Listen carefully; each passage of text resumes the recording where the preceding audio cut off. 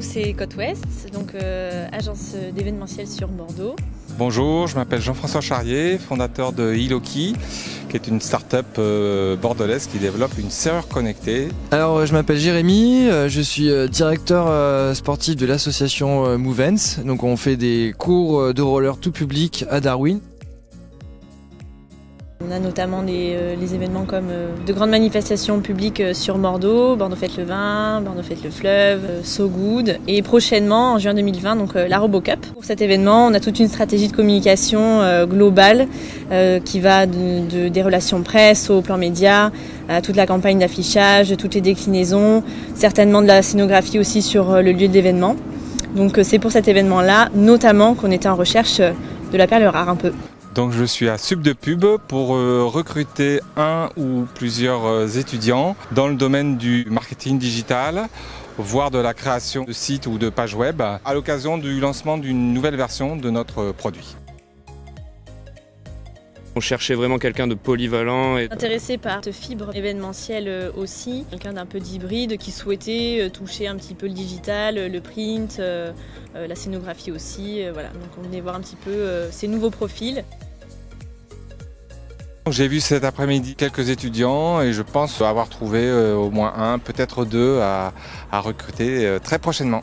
Donc ce qui était intéressant de voir avec ces personnes, c'est qu'elles sont vraiment animées par une passion de création, que ce soit sur n'importe quel média, que ce soit vraiment papier ou screen. On a vraiment ressenti que les gens étaient passionnés d'une part par ce qu'ils faisaient et par ce qu'ils avaient envie de faire plus loin au sein de l'agence dans laquelle ils iraient faire leur stage.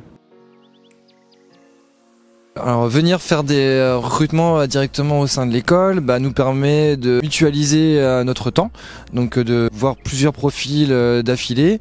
L'école a bien mâché le travail aussi en amont, trier les étudiants en fonction de leur période de stage et de notre choix associatif de leur durée de stage. On brasse vraiment 40 événements à l'année. Ce qui est bien pour nous, c'est de condenser tout ce temps de recherche sur une période courte et de permettre de cibler au mieux notre recherche. Un moyen d'échanger et de parler réseau, référence. Oui, du coup, on a vu des profils différents, notamment sur la pratique, mais aussi sur leur période de stage. Donc ça nous permet aussi d'échelonner nos besoins en fonction des périodes de rush que l'on a à l'agence et d'avoir un bon prévisionnel sur les effectifs nécessaires.